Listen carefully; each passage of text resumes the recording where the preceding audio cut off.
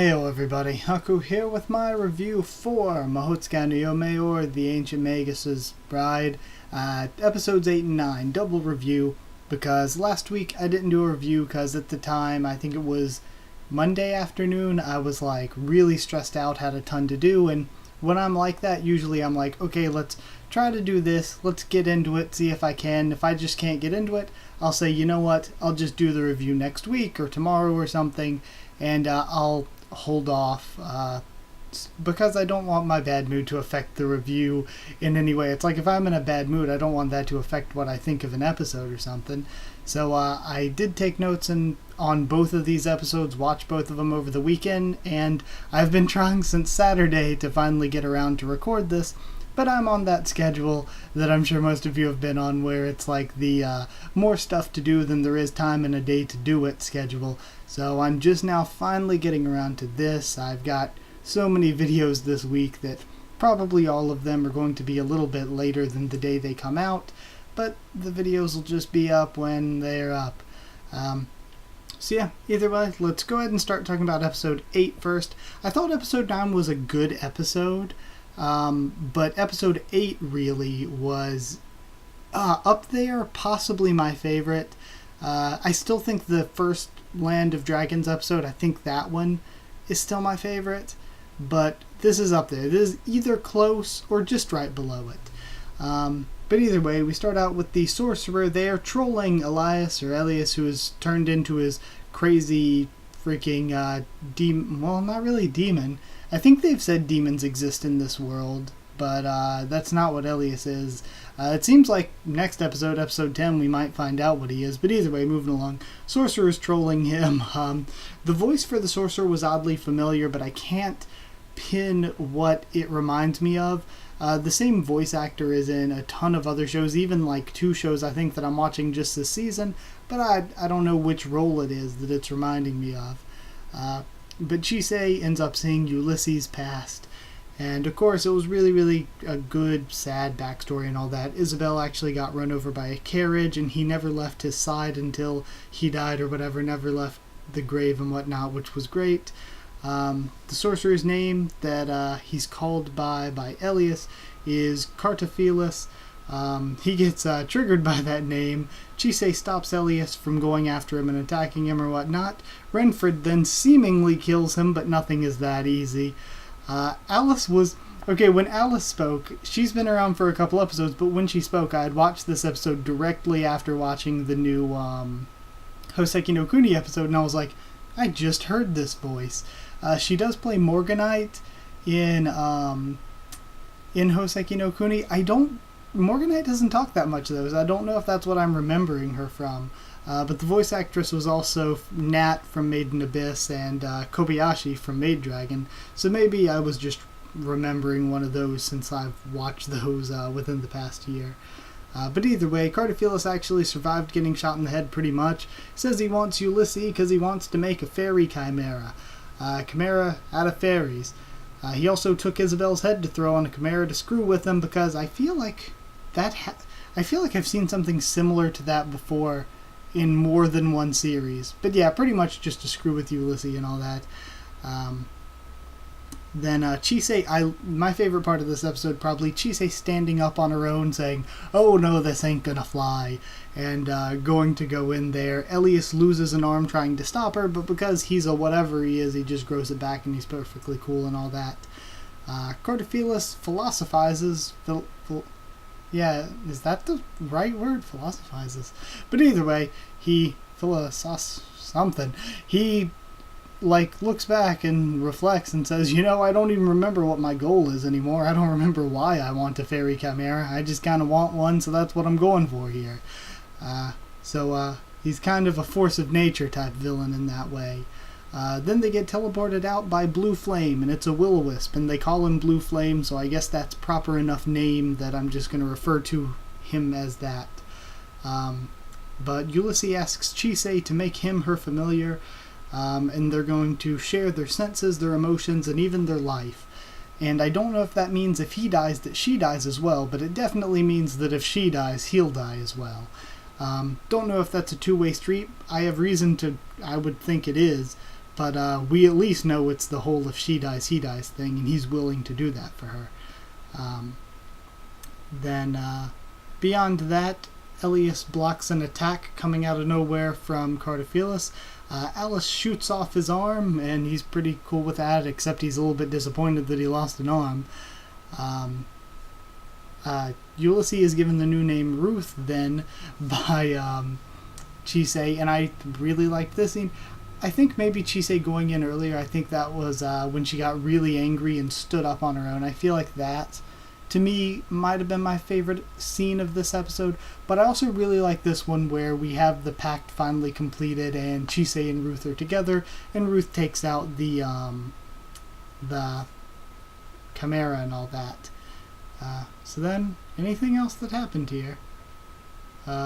We found out Cardophilus' real name is Joseph, and that he's his sort of reasoning behind his goallessness, really, not even a goal. He's just tired of living in pain. He says that.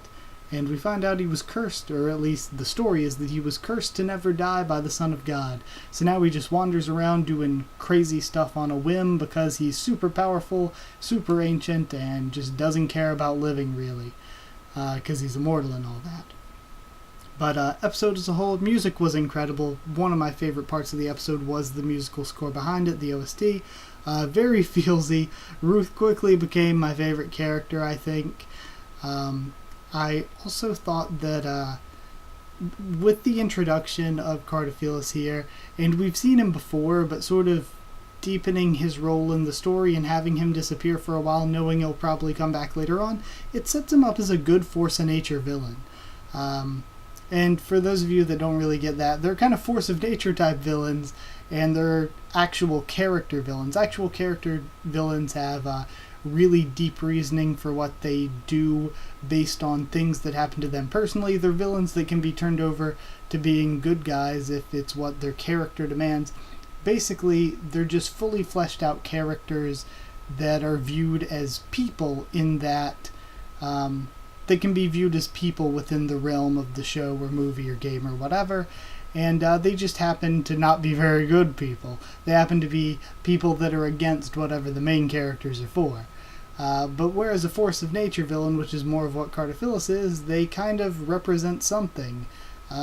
Whether it's chaos or greed or whatever, they'll just do whatever evil thing that greed demands of them. And of course they can be deeper than that, but that's the basic overlying thing. And Cardophilus is that force of nature where he's not doing things really because he has this fleshed out character that we understand. He's just doing it because he's in pain, tired of living forever, and just doing whatever evil stuff on a whim. He's more of a force of nature than a person. But either way, moving along past that, anything else I thought about the episode as a whole? Oh yeah, I've really taken a liking to Renfred and Alice. I really like both of the characters. Don't know how much we'll be seeing them or not, but I actually like the characters quite a lot. And lastly, I even wrote in the notes that I wonder what Silky said when they first showed up back home with a dog. This is more mess for her to clean up. But Silky's so adorable. Either way, for this episode, though, I'd give it near perfect score. I'd give it 9.5 blue flames out of 10. I really, really enjoyed this one. And then, there's less to talk about for episode 9, to get into that. Not that it was bad, because I did think it was really good, and you can see my score reflects when I get to that it is good. There's just less happened. There was less to talk about. It just wasn't as deep or important to me. But either way, judging from the promo that was at the end of episode 8, I was like, okay, let's get into this. I see that there are going to be some waifus happening up in this episode. But we start off with Ruth visiting Isabel's grave to talk to her, and I thought that was a good transitional scene to show that, hey, I'm at this new home now, I'm happy with my new home and all that, and showing that he still connects with Isabel in that way. I thought it was really, really nice. And good, emotional. Elias hasn't left his room in 2 weeks, so Elias doesn't poop, confirmed. Whatever creature he is does not have to do that. He hasn't left his room in 2 weeks. Silky is adorable. She gives Chise some spending money, sends her out to go do whatever. Man, I just love Silky so much. She hasn't even spoken. I love her so much. Chise talks with Angelica, who may be my wife, who I know, What was that her name? Angelica? Yeah, that was her name, right? Yeah, I keep forgetting if it's Angelica or Victoria, because to me those names for some reason are somewhat linked in my head. I guess they have the same sort of cadence to them or whatnot. That was weird. Thought I heard something. Either way. But she talks with Angelica and they go to town. And I like Angelica's character here and her purpose in the episode, where she was just checking on Chise. She was caring about her, making sure she wasn't too dependent on Elias and stuff, and reminding her, this guy bought you. And even Chise said to herself later on, he doesn't have her best interest at mind, really. He's just using her, he's manipulating her, but she doesn't care about that. So I do like the way Angelica shows that she's caring for her. She's like, you should care about yourself more. You should care about going to school if that's what you want to do. Don't become too dependent on Elias, because he doesn't necessarily have your best interest at heart. We find out there's an event in her past that still bothers her, but we don't get to see what that is yet. Of course, presumably it's when her mom kills herself. We've kind of seen flashes to that. At least that's what I'm assuming happens, because that's what the flashbacks make it seem like. Elias says he's having trouble controlling himself. Silky had me dying here, where Elias goes into the room and we hear all the noises, and Silky just is pounding the hammer against her hand, which is just great. So Chise and Ruth then go visit Simon looking for Elias, because he vanishes when Chise wakes up in the morning. Then, bam, out of nowhere, fairy ass. And she says that she is a Lianan seed, and I may be totally off. I may be thinking of something else, but I'm pretty sure that's just a love fairy. But from my Monster Girl, puts on glasses, from my Monster Girl knowledge, Lianan seed, I'm pretty sure the mythology behind them is that they would attach themselves to men and then sort of feed off their life energy, but in exchange give them super great creativity and make them into poets and like great poets and artists and stuff. And that was how way back in the old medieval times they sort of rationalized the whole starving artist or tortured artist sort of archetype, where they're like, oh, this tortured soul but is super creative. It's because this fairy is going around and messing with them. Because of course they, in Western Europe, they just had random ass, well, I guess even like Eastern Asia and stuff, a lot of places did, where they just had mythology and random shit for every single simple life occurrence. But either way, I believe that's what the Lianan seed is about. Or is it Sid? Is it just Sid? I know it's spelled S-I-D-H-E, but is it Seed or Sid? Seems like it should be Seed, but I actually think it's Sid. Either way, moving along, the guy's name is Joel. And he's an old rider. The fairy's attached to him. And there's sort of this lesson that's presented where she's like, of course I don't love him. He's this weird old man. And she's like, and I'm not absorbing his energy and giving him the creativity. I'm just kind of attached to him, bewildered by him and all that. And then also talking about love and sort of bringing up, oh, does Chise love Elias or anything like that? And hopefully, turning what this is, where it's sort of it's a very weird relationship. Turning it romantic just to me is really creepy and uncomfortable. So turning it into like a teacher-student relationship is great, or a strained parent-child relationship, that works really well. But basically what this was teaching to Chise is it was showing there are many ways to love someone. Even if she doesn't love the people she's around right now romantically, all these people that she's around, she loves them. And the sort of theme kept going where earlier in the episode, I think it was, when they were discussing love, I think it was Ruth said, I love Isabel and I always will, and I love you too. You're my person I'm connected to and all that. So it showed that there's this devotion and loyalty, brotherly type love that Ruth has, this sort of fascination and wanting the best for a person, even if it's not quite romantic, that the love fairy and Joel have. And there's this whatever sort of relationship she has with Elias that she's still trying to process those emotions and figure out for herself. So I think that it was really cool, the lesson that the character was being taught and developed through the episode. Then Ruth ends up finding I keep calling him Elias in the forest.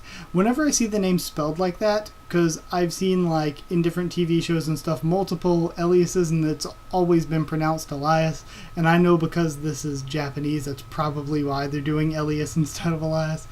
But I keep pronouncing it wrong. So Ruth finds Elias in the forest. They are met by Echos' familiar, and I guess Echos was the guy at the Land of Dragons. I didn't remember his name, but they say, hey, come back to the Land of Dragons, we have business there. So yeah, guess we're either A, gonna get resolution on whatever the deal was with them being scarce on food and stuff, B, we're gonna go into this other new storyline, or C, we're gonna get a wand for Chise and move into her learning to do stuff with a wand, because they'll be like, hey, the wand is ready from the tree guy, the poor guy who made me cry and I don't even remember his name. But yeah, I thought it was a good episode 9. I thought it was alright. I didn't think there was that much to it. Like I said, it was pretty good character development. Nothing near as good as episode 8 when it comes to both development and entertainment, though. Sorry, I just bumped my computer. I'd give it 8 out of 10. 8 hammers out of 10 is... I wrote that one down. Oh, gosh. So, yeah, 8 out of 10 for that, but 9.5 out of 10 for episode 8. And like I said, I bring this up a lot. The one thing that keeps me from sort of going all in when it comes to being invested in this series is the relationship between Chise and Elias, because it hasn't been made... I don't want to say because it hasn't been made clear, because plenty of things take a slow build or add some confusion in for viewers, and it's good because of it. That's development. But with this, Chise and Elias's relationship, for me, rather than being development, it just seems... It goes from being uncomfortable, which is when it gets into the romantic area, it's just really weird and uncomfortable, and not good, I would say, to when it goes to not romantic, them not develop... I don't want to say that they're not developing it, but the characters... It's like it's always there, it's always present, and yet the characters are never really giving their thoughts or actions on it. And then we'll get a random romantically charged scene with the dialogue and body language, and it'll just be creepy again.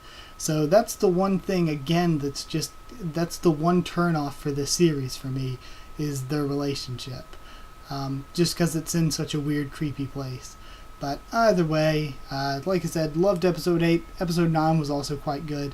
Like, if you did like the video, comment down there to tell me what you thought of this week's episode, what you thought of my thoughts on it. Subscribe for more of this anime, many others on the channel, plus manga,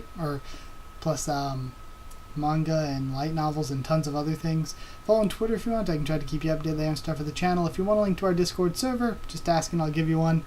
And before I go, waifus for this series. Who is my waifu? Many of you probably have many from this series. It's not Chise for me. I'm thinking maybe Angelica. I'm thinking she's got biceps. That's my reasoning. Really? Yeah, maybe. So yeah, or maybe Silky. You guys know I love Silky. But yeah, either way, that's it. So I already said like, comment, subscribe, and stuff. Thank you for watching. I'll see you all next time.